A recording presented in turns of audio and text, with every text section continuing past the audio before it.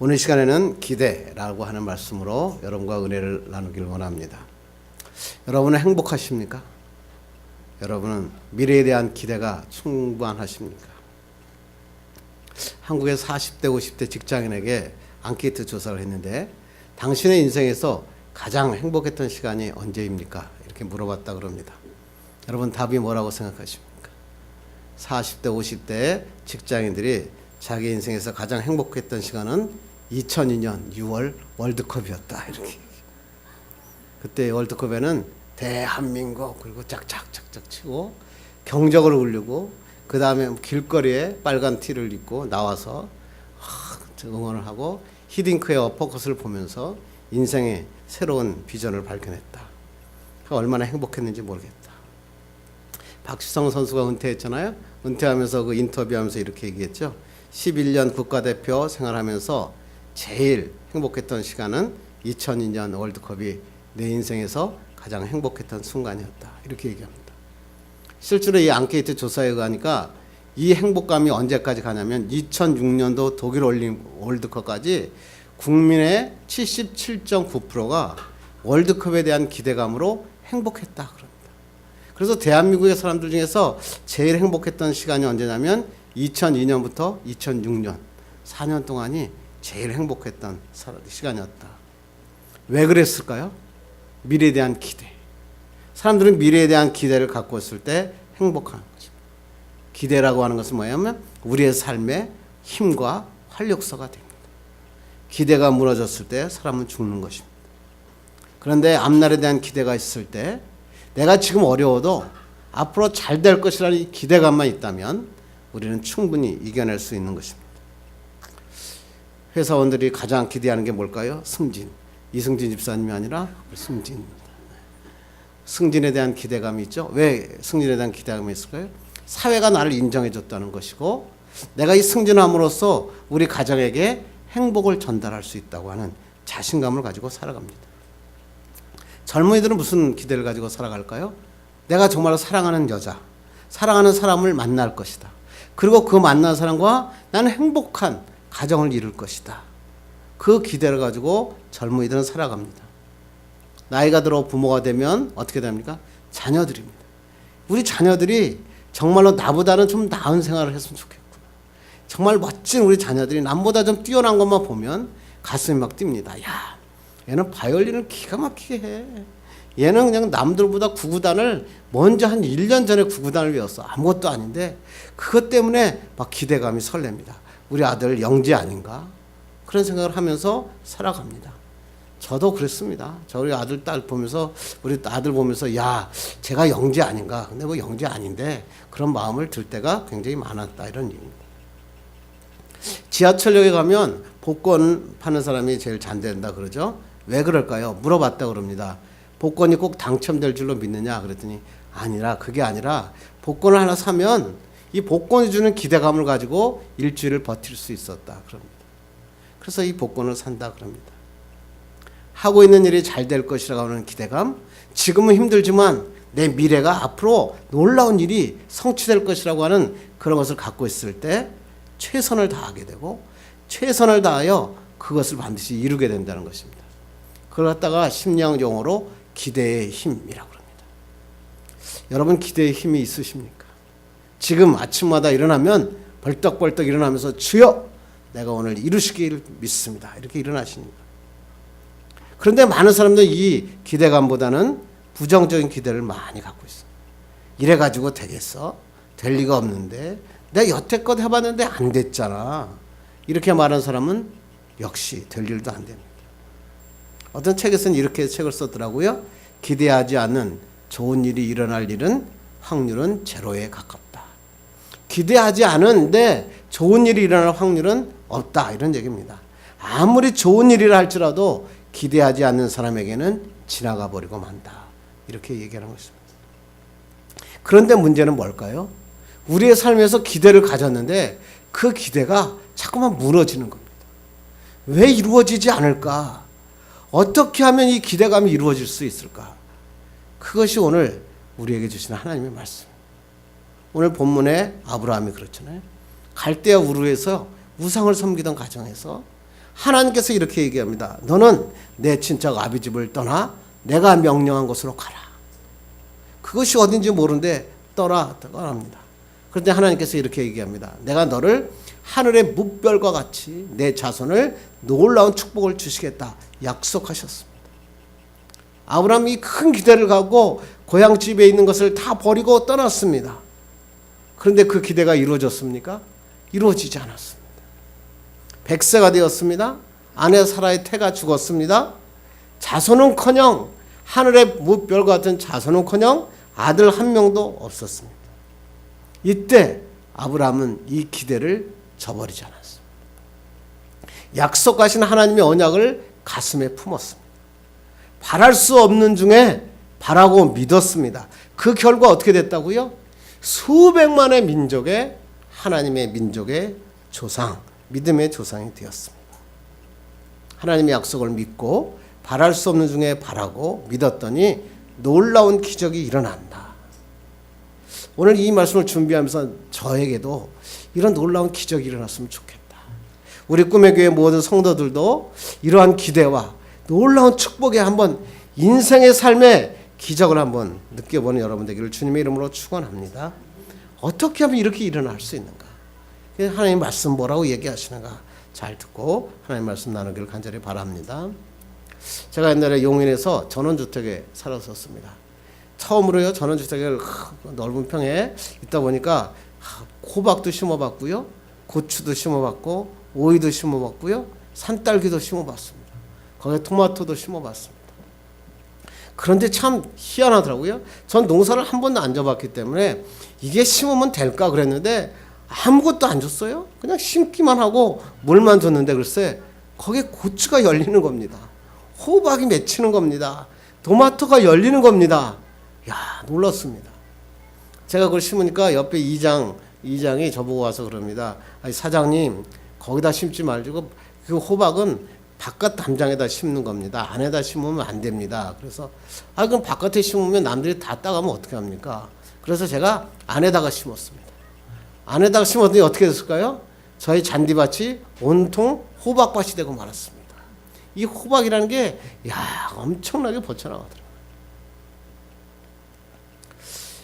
여러분 무슨 말씀을 제가 여러분하고 나누려고 그럴까요? 이 토마토를 심고 거기에 고추를 심고 호박을 심었더니 이 호박이 열매가 맺히는 겁니다. 이걸 뭐라고 그럽니까? 자연의 법칙이라고 그러죠. 세상에는 법칙이 반드시 있는 겁니다. 물건을 떨어뜨리면 땅에 떨어집니까? 하늘로 올라갑니까? 땅에 떨어집니다. 이걸 갖다 뭐라고 그래요? 중력의 법칙이라고 그래요. 콩 심은 데 콩 나고 팥 심으면 팥이 됩니다. 이것을 우리는 자연의 법칙이라고 그럽니다. 이랬으면 좋겠는데 세상의 법칙도 또 많더라고요. 돈 있는 사람이 돈 벌까요? 돈 없는 사람이 돈 벌까요? 돈 있는 사람이 돈 법니다. 옛날에는 돈 없는 사람도 돈 벌 수 있다고 책자가 많이 나왔는데 그 책들이 다 잘못된 책이었습니다. 제가 해보니까 돈 있는 사람이 돈 벌더라고요. 세상에서는 이러한 법칙들이 많은데 인생을 살아가는데 두 가지 법칙이 있어요. 하나가 뭔지 아세요? 세상의 법칙. 또 하나는 뭘까요? 하나님의 법칙입니다. 난 공부 못해도 나는 어렸을 때 나는 꼴등했어도 우리 아들은 전교 1등 할 거야. 그런데 시간을 보니까 우리 아들이 1등 하지 않는 겁니다. 왜? 머리 나쁜 사람도 공부 잘할 수 있어. 그런데 보니까 머리 좋은 사람이 공부 잘하더라고요. 돈 없어도 성공할 수 있어. 그런데 그게 잘 안 되더라고요. 옛날에 이런 얘기 많이 했죠. 개천에서도 용난다. 그걸 뭐라고 하는지 아세요? 계룡남이라고.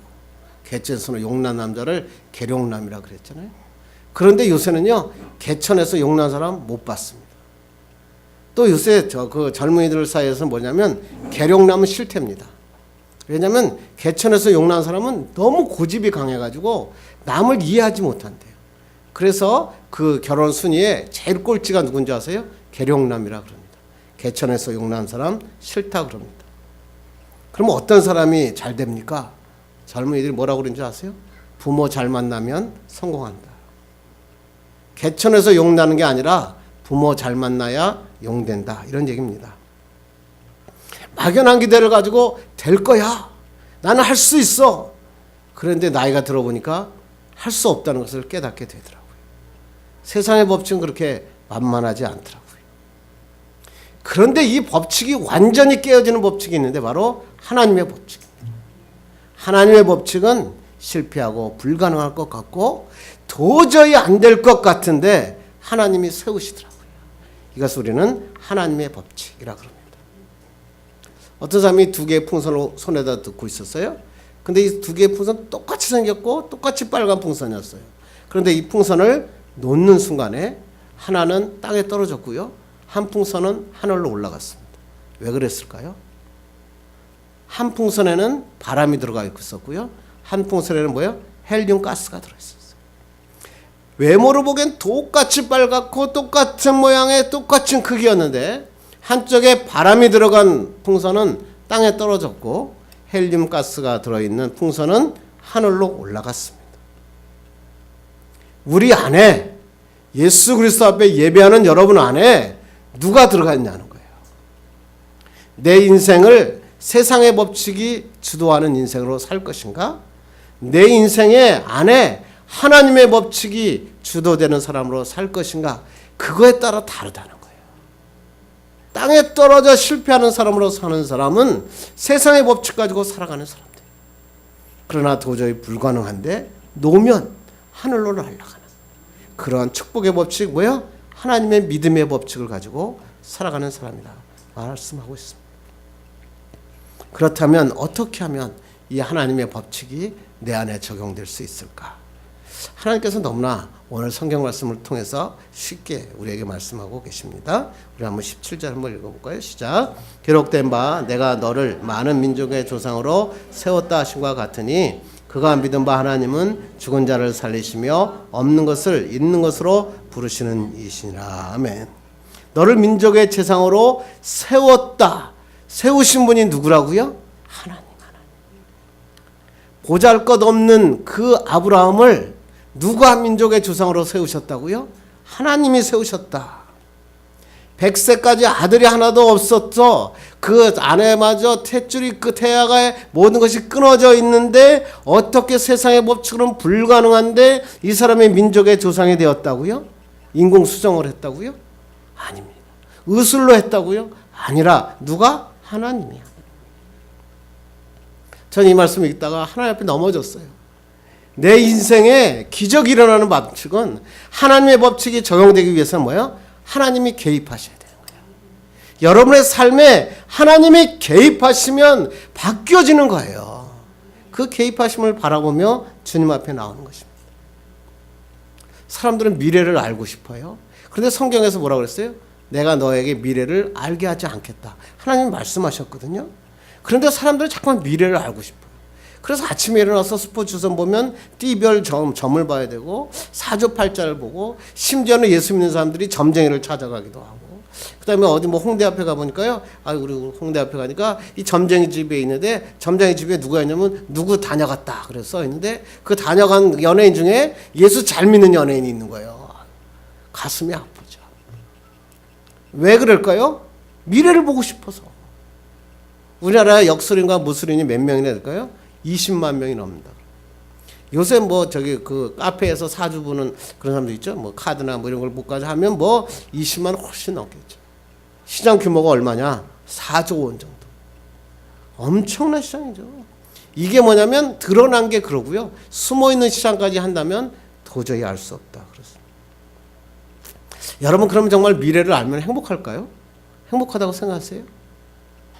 성경에 그 사람이 나오죠. 사울이에요. 사울이 뭐예요? 블레셋이 쳐들어오니까 뭐예요? 두려워 떨어서 어디 가죠? 변장하고 밤에 누구한테 가요? 신접한 여인한테 가잖아요. 신접한 여인한테 가서 내가 어떻게 될지 미래를 알고 싶다 그랬더니 글쎄 신접한 여인이 용하게도 이런 얘기를 합니다. 뭐라고요?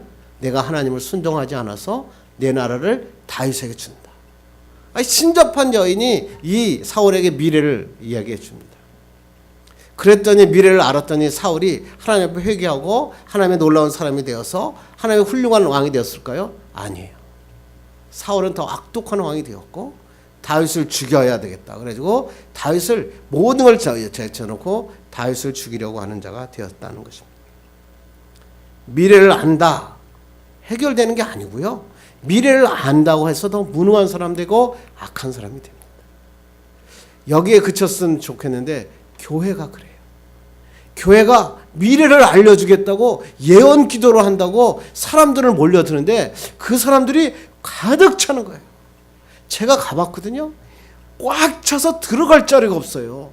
본당에 못 들어가고요. 옆에다가 TV 이러고 있는 모니터실에 들어갔는데 글쎄 모니터실도 꽉 찼어요. 뭐 하려고? 미래 하려고. 예언해 준다는 거예요. 저 사람한테 기도를 받으면 예언해 준다고.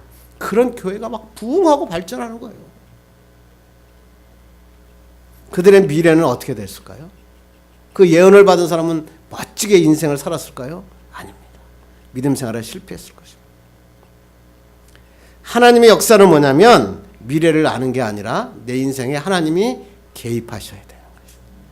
그러면 하나님이 개입만 하시면 세상의 법칙은 끝나고 하나님의 법칙이 적용됩니다. 예수 믿으면 여러분 정말 여리고성이 없을까요?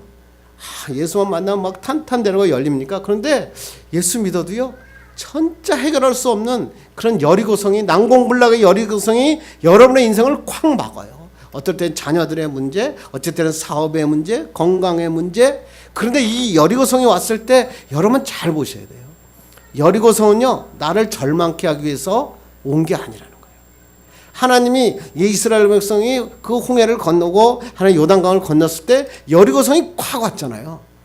그 여리고성을 하나님이 너 절망시켜라. 너 요단강 건너봤자 아무것도 아니야. 그렇게 하신 게 아니라 뭘 하기 싶다고요? 여리고성은 대포로 무너지지 않는다. 하나님의 말씀대로 하면 무너진다. 보여주는 거예요. 무슨 말이죠? 세상의 법칙으로는 여리고성 무너뜨릴 수 없는데 하나님이 개입하시면 여리고성은 순식간에 무너진다. 대포 갖고 넘어지는 거 아니다. 세상 법칙 갖고 절망하지 마라. 하나님의 개입하심만 바라봐라. 여러분 가장 인기 요새 있는 드라마가 뭔지 아십니까? 공심이 아세요? 공심. 이런 인기 있는 드라마의 특징이 뭐냐면 반전 드라마입니다. 반전 드라마는 뭐예요? 처음에 1회 때 보면 알 수 있죠. 못생긴 여자가 나오면 이 드라마는 성공합니다. 왜? 아주 못생긴 여자가 나중에 어떻게 해요? 정말 이쁜 여자가 돼가지고 돈 많은 사람의 딸입니다. 딸. 잃어버렸던 딸. 대개가 그렇죠. 그래가지고 그 사람이 엄청나게 부자가 돼서 그 사람을 보면서 사람들은 막 내가 거기다 몸을 얹죠. 이야, 반전 드라마, 그것이 바로 최고의 시청률입니다. 이 반전 드라마는 누가 쓰실까요? 드라마 작가가 쓰죠. 여러분의 인생에도 반전 드라마가 필요하십니까? 내가 태어날 때는 형편없는 사람으로 태어났고, 아니면 내가 사업에 실패하고 지금 넘어져서 쓰러지고 아무것도 갖고 있는 게 없는데 이 반전 드라마를 써야 될 거 아닙니까? 그런데 그 반전 드라마를 누가 쓰실 거예요? 하나님. 반전 드라마의 작가, 내 인생의 반전 드라마의 작가는 하나님이신 거예요. 그 하나님 내 인생에 개입하실 때 하나님의 역사가 일어나는 것입니다. 세상의 법칙이 아니라 하나님의 법칙이 적용될 때 세상 것은 불가능한데 하나님은 이루신다. 하나님께서 우리에게 말씀하고 있다고 하는 것입니다. 여러분 오늘 말씀 듣다가 하나님 내 인생에 개입하여 주시옵소서 이렇게 기도하고 이 반전 드라마를 쓰는 주인공들이 되기를 주님의 이름으로 축원합니다.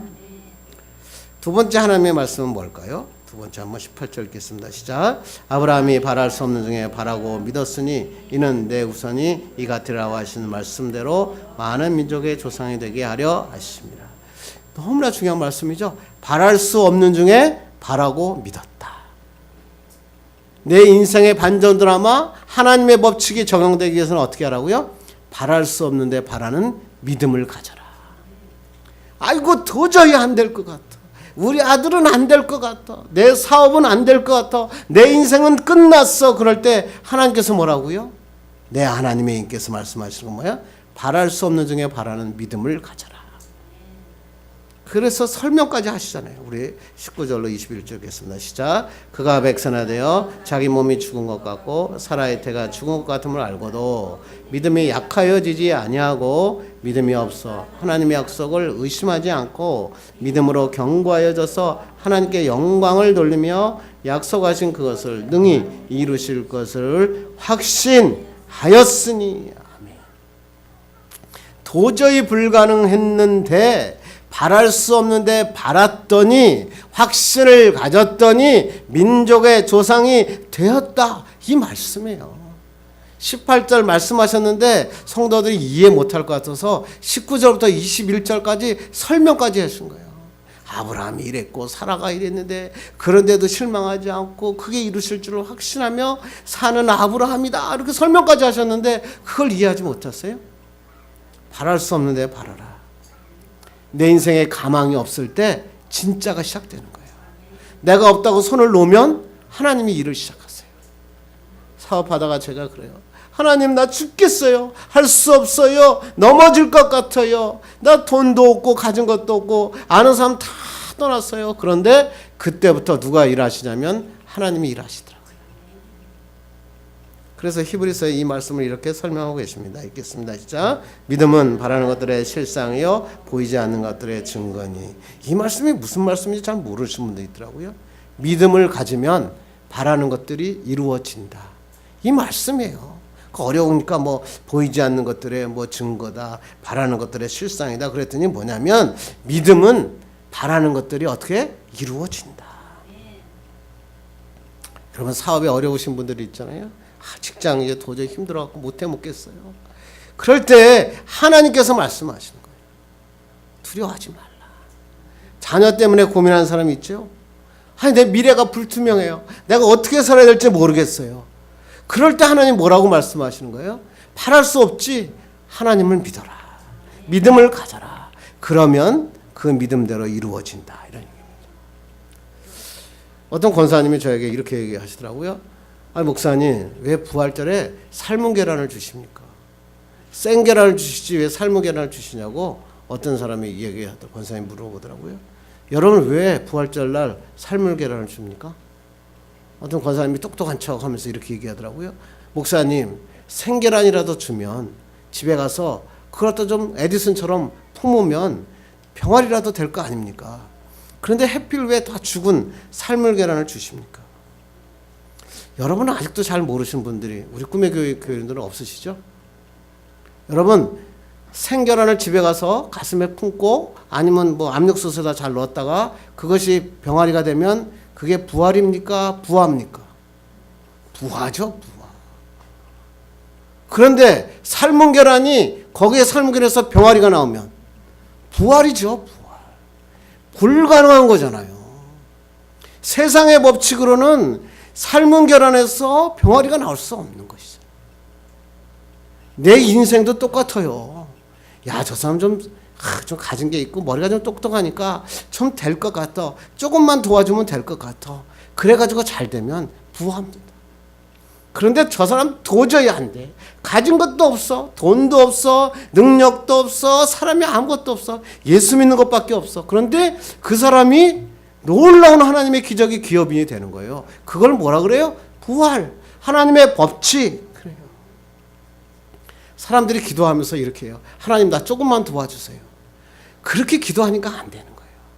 내가 삶은 계란 하나님 앞에 나 생계란 갖고 조금만 품을 테니까요. 하나님 내가 3일만 품을까요? 7일만 품을까요? 병아리가 되게 해주세요. 그런 거 말고 도저히 불가능한데 삶은 계란에서 병아리가 되게 주옵소서. 그걸 뭐라 그래요? 불가능한 가운데 가능케 하시는 하나님이다. 이런 얘기예요. 여러분의 믿음을 가져라. 바랄 수 없는 중에 바라라. 이런 건 뭐냐면 불가능한데 가능케 하시는 하나님을 바라라. 여러분 오늘부터 기도의 제목을 바꾸세요. 조금 모자란 거 보완해달라고 하나님 보완해 주세요. 보완해 주세요. 내가 오늘 100만 원 버는데 110만 원 벌게 해주세요. 아니 나 200만 원 버는데 210만 원 벌게 해주세요.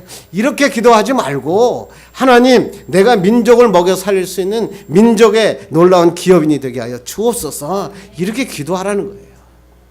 그러면 하나님께서 그 놀라운 축복의 믿음을 보시고 사용하신다고 했어요. 이 믿음의 법칙은 한 사람의 인생을 바꿔놓는 거예요. 어떤 구두닦이 소년이 하나 있었어요. 이 사람이 정말 어머니는 병들고요. 애들은 많으니까 애들 다 공부시켜야 되니까 자기가 뭐예요? 구두닦이를 해야 되는 거예요. 그래서 워싱턴에 있는 국회의사당 앞에서 구두닦이를 했다 그래요. 그런데 이 구두닦이를 열심히 했는데 한숨 소리가 항상 나왔다 그럽니다. 안 쉬면요 가슴이 꽉 조여와서 도저히 살 수가 없었다 그래요. 그래서 구두를 열심히 닦지만 한숨이 나오는 것을 어떻게 막을 수가 없다 그래요. 그런데 어떤 멋진 신사가 구두를 닦으러 왔습니다. 그래서 이 열심히 구두를 닦고 그 신사에게 다음에 또 오세요. 그런데 자기도 모르게 그러고 한숨을 딱 쉰 거예요. 그랬더니 이 멋진 신사가 그걸 돈을 주고 지나가다가 다시 돌아온 겁니다. 돌아오면서 그 구두닦이에게 이렇게 얘기했답니다. 얘야, 나도 어렸을 때 구두닦이였단다. 그런데 내가 지금 콜로라도 상원의원이란다. 내가 이 돌아가는데 너 한숨 소리를 듣고 하나님이 나에게 너에게 가서 이 말씀을 하라고 하나님이 나에게 감동을 주셨단다. 그래서 내가 너에게 얘기한단다. 이 구두닦이가 이 이야기를 듣는 순간에 완전히 바뀝니다. 구두닦이가 상원의원이 됐구나. 나도 상원의원이 될 수 있구나. 그러면서 한숨 소리가 사라지고 휘바람 소리로 바꿔졌습니다. 열심히 일했습니다. 세계 최고의 치유 상담 교수가 됐습니다. 그 사람이 누군지 아십니까? 여러분 정태기 목사님이라고 아세요? 정태기 목사님의 스승인 웨인 오츠 박사. 이 웨인 오츠 박사는 전 세계를 다니면서 상처받은 영혼들을 구하는 그 사람이 되었는데 이 사람의 첫 마디가 뭔지 아세요? 내게 능력 주시는 자 안에서 내가 모든 것을 할 수 있느니라. 정태기 목사님이라고 하는 분이 있었는데요. 이 별명이 이분이 35살에 미국을 갔는데 별명이 뭔지 아세요? 재봉틀이었다 그럽니다. 그 왜 재봉틀이었냐 그러면 사람들 앞에만 서기만 하면 다리가 덜덜덜덜 떨려가지고 말을 못하고 다리가 떠니까 사람들이 막 너무 사시나무 같이 떠니까 그 사람의 정태기 목사님의 별명을 재봉틀이라 그렇게 해줬다. 그런데 이 사람이 웨인오츠 목사님을 딱 만난 거예요. 그 웨인오츠 박사를 딱 만났더니 웨인오츠 박사가 이렇게 합니다. 내게 능력 주신 자에서 내가 모든 것을 할 수 있느니라. 이 말씀을 가지고 자기를 품을 안아주는데 정태기 목사님이 완전히 바뀌어집니다. 이 사람은 기대를 가지게 되었고 이 사람의 별명이 무대체질 달병가가 됐습니다. 저도 정태기 목사님 설교를 한 두세 번 들었는데요. 갔는데 너무 재밌더라고요. 시간이 언제 가는지도 모르고 정말 말 잘하죠. 재봉틀이 변하여 달병가가 됐어요. 세상에 다니면서 하나님의 사랑으로 치유하는 치유의 상담 목사님이 되었다고 하는 것입니다. 믿음의 법칙은 하나님의 법칙은 우리의 인생을 바꿔놓는 것입니다. 불가능한 것들을 바꾸시고 하나님의 역사가 이루시는 하나님의 축복입니다. 여러분 바랄 수 없는 중에 있으십니까? 미래가 정말 너무나 불확실하십니까? 난 뭘 해야 될지 정말 답답하십니까? 하나님 앞에 나오십시오. 하나님 앞에 바랄 수 없는데 바라는 믿음을 갖는 하나님의 사람들 되기를 주님의 이름으로 간절히 바랍니다. 그렇다면 어떻게 하면 이런 믿음의 인생의 삶을 살아갈 수 있는가? 제일 중요한 게 하나님께서 말씀하시죠. 한번 읽어볼까요? 시작. 그런즉 너희는 먼저 그의 나라와 그의 의를 구하라. 그리하면 이 모든 것을 너희에게 더하시리라. 아브라함은 언제 민족의 조상이 되었죠? 아브라함 이삭을 낳았을 때? 아니에요. 아브라함이 민족의 조상이 믿음의 조상이 될 때는 언제였냐면 이삭을 하나님께 바칠 때. 정확하게 아셔야 돼요. 하나님 앞에 기도하고 서원하며 기도하잖아요. 그 서원하면서 기도는 하나님이 이루어 주세요. 그런데 중요한 것은 서원한 것이 이루어진 다음이 문제라고 3주간 제가 전하고 있어요. 무슨 얘기냐면 저도 그랬고 여러분도 그럴 거예요. 하나님 앞에 요번에만 이게 있어요. 요번에 암만 고쳐주세요. 요번에서 저게 실패했는데 요번에 지금 돈이 막 들어오는데 이것만 막아주세요. 하나님 내가 그렇게 다 하나님 앞에 서원하며 기도해놓고 막상 그 부채가 해결되고 그것이 돌아오는 것들이 문제가 해결되는데 하나님 앞으로 돌아오지 않으니까 하나님의 기대가 하나님의 응답이 점점 안 되는 거예요. 약속했으면 어떻게? 지켜라. 인생의 중요한 건 뭐라고요? 우선순위. 세상적인 것에 우선순위를 두는 사람은 이제 하나님께 우선순위를 두어야 되는 것입니다.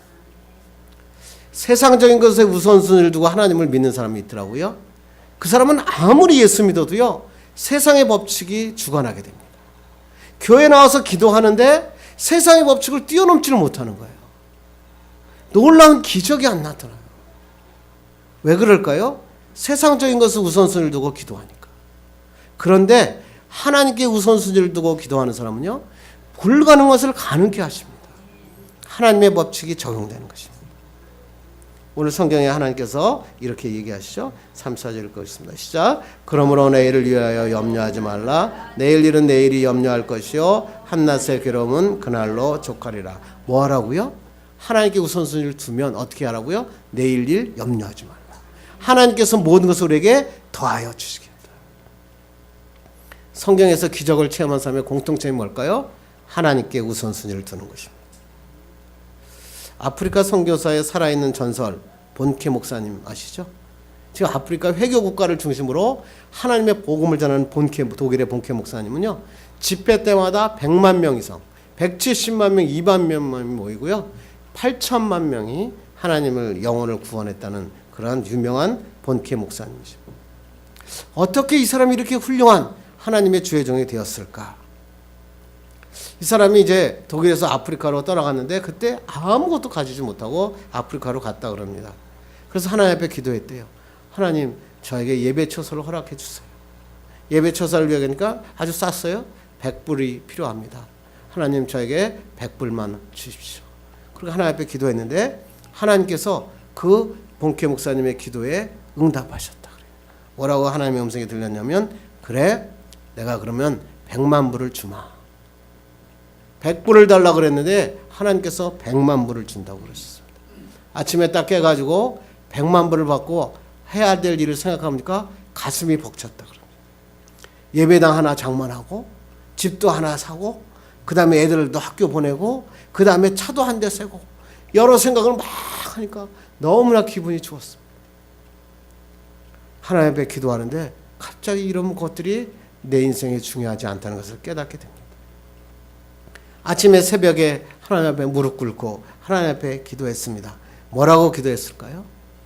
하나님, 저에게 100만 불보다 100만의 영혼을 허락하여 주시옵소서. 야, 멋지지 않습니까? 하나님이 이 본케 목사님의 그 고백을 듣고 하나님이 울지 않으셨을까요? 100불이 없어서 교회 예배당 처소를 위해서 기도하는 자에게 100만 불을 주겠다니 100만 불 말고 하나님 100만의 영혼을 주옵소서. 이렇게 기도하는데 하나님이 뭐가 아깝겠어요? 여러분은 어떻게 기도하세요? 아유, 하나님 무슨 100만 영혼입니까? 아유, 그냥 100만 원이라도 좀 주시면 안 될까요? 내가 지금 해결할 돈이 많은데요. 내가 이거 지금 해결해야 사는데요. 그러니까 하나님의 법칙이 잘 적용이 안 돼요. 하나님 앞에 우선순위를 두고 하나님 앞에 기도했더니 본케 목사님을 아프리카 믿음의 조상으로 삼으셨어요. 하나님께 우선순위를 두면 하나님의 법칙이 적용되는 거예요. 꿈의 교회가 이런 교회가 되었으면 좋겠어요. 하나님께 우선순위를 두는 교회. 하나님께 우선순위를 둔 성도들이 모여서 매주마다 모일 때 하나님, 목사님, 내가 일주일에 응답받았어요. 이런 놀라운 일이 일어났어요. 간증했으면 좋겠어요. 그거 말고 자꾸만 내가 세상적인 거 더 얻으려고 하나님, 목사님 기도해 주세요. 기도해 주세요. 그거 말고 하나님 앞에 나와 우선순위를 둬서 하나님의 법칙이 적용되는 그런 멋진 교회 됐으면 좋겠습니다. 이렇게 하기 위해서는 설교를 이렇게 끝나면 사람들이 결단하고 말더라고요. 그래, 내가 하나님 우선순위를 두지. 저는 그렇고 싶지 않아요. 여러분이 정말 하나님의 축복에 하나님의 법칙이 적용되는 사람이 됐으면 좋겠거든요. 그러려면 하나님의 우선순위를 두는 게 뭡니까? 시간을 주님께 드리셔야 돼요. 시간의 가장 중요한 시간을 주님 앞에 드리셔야 되는 거예요. 주일날 예배 드리는 거 얼마나 중요합니까? 그 집에 가서 그것을 요새 복면가왕 보는 거 중요하지 않아요. 하나님 앞에 우선순위를 두고 하나님 앞에 엎드려져야죠. 시간을 주님께 우선순위를 두어야 하나님의 축복이 임하는데, 하나님 앞에 말은 그렇게 하고 막 가슴은 그런데 내 삶에 시간의 우선순위를 주님께 못 두는 거예요. 예배하지 않아요. 기도하지 않아요. 제가 그랬어요. 안수집사 할 때 목사님이 너 시간을 정해놓고 기도하라 그러면 제가 이렇게 얘기했거든요. 아유 목사님, 저는요 차 타고 가면서 맨날 기도해요. 여러분, 그런 기도 자꾸만 그런 얘기로 합리화시키면 안 돼요. 하나님이 다 아시는데 왜 자꾸만 합리화를 시켜요? 차 안에 가면서 기도하는 거 중요하죠. 더 중요한 건 뭘까요? 내 중요한 시간을 주님께 드리는 거예요. 짜투르기 시간에 보너스로 하나님 앞에 기도하지 말고 하나님 앞에 우선순위를 두고 기도하고 시작하는 거예요. 새벽에 가까운 교회에 나가서라도 기도하셔야 돼요. 부르짖으셔야 돼요. 그래야 기적이 일어나요. 하나님 앞에 땀을 흘리는데 땀의 우선순위를 주님께 두셔야 돼요. 하나님 앞에 와서 야, 교회에서 할 일이 없을까? 정말 하나님의 믿음의 삶을 위해서 내가 할 수 없는 게 없을까? 저 주일날 우리 어린이들 간식을 가끔 주잖아요. 그러면 빼빼로 막 이렇게 막 주잖아요. 한 목사님인데 저 얼굴도 몰라요. 잘 모르는 사람인데 이분들이 2주에 한 번씩 그 성도들에게 그 개척교회에다가 이렇게 과자를 나눠주는데요. 170개 교회, 200개 교회씩 나눠줘요. 조그만 교회인데 그 사람들이 아침 10시부터 밤 6시까지 일한대요. 그 뭐야? 택배 붙이는. 그 택배 다 손으로 일일이 써가지고 택배를 붙이는 거예요. 누가 그 사람을 칭찬합니까? 사람들은 멍청하다 그러죠. 자기 교회 부흥이나 시키지. 자기 교회 옆에 있는 사람한테 나눠줘서 그 교회에 좀 많이 모이게 하면 더 좋지. 왜 그 개척교회에다가 그 과자 주고 빼빼로 나눠주고 그러냐. 땀의 우선순위를 주님께 드릴 줄 알아야 하나님이 축복하시는 거예요. 교회 오래 다녔는데 왜 믿음의 결과가 나쁠까요? 땀의 우선순위를 주님께 안 두니까. 주님의 일을 해야죠. 주님 앞에 나가 죽어라고 해야죠. 죽어라. 그래야 하나님의 축복이 있지 않겠습니까? 물질의 우선순위를 주님께 두셔야죠. 남는 것 절대 못 드립니다. 평생 못 드립니다. 여러분은 아무리 가져도 모자란 게 돈이에요.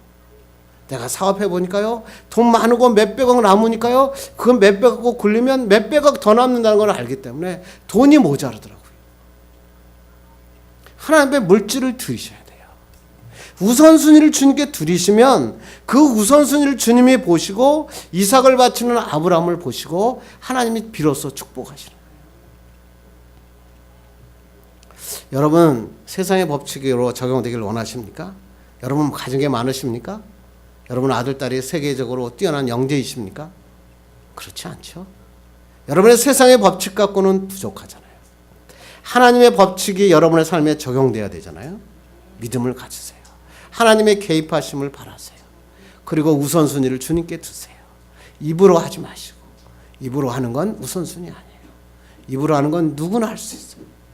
진짜 내 삶으로, 시간으로, 땀으로, 물질로 주님께 드릴 때 주님의 기적이 일어납니다.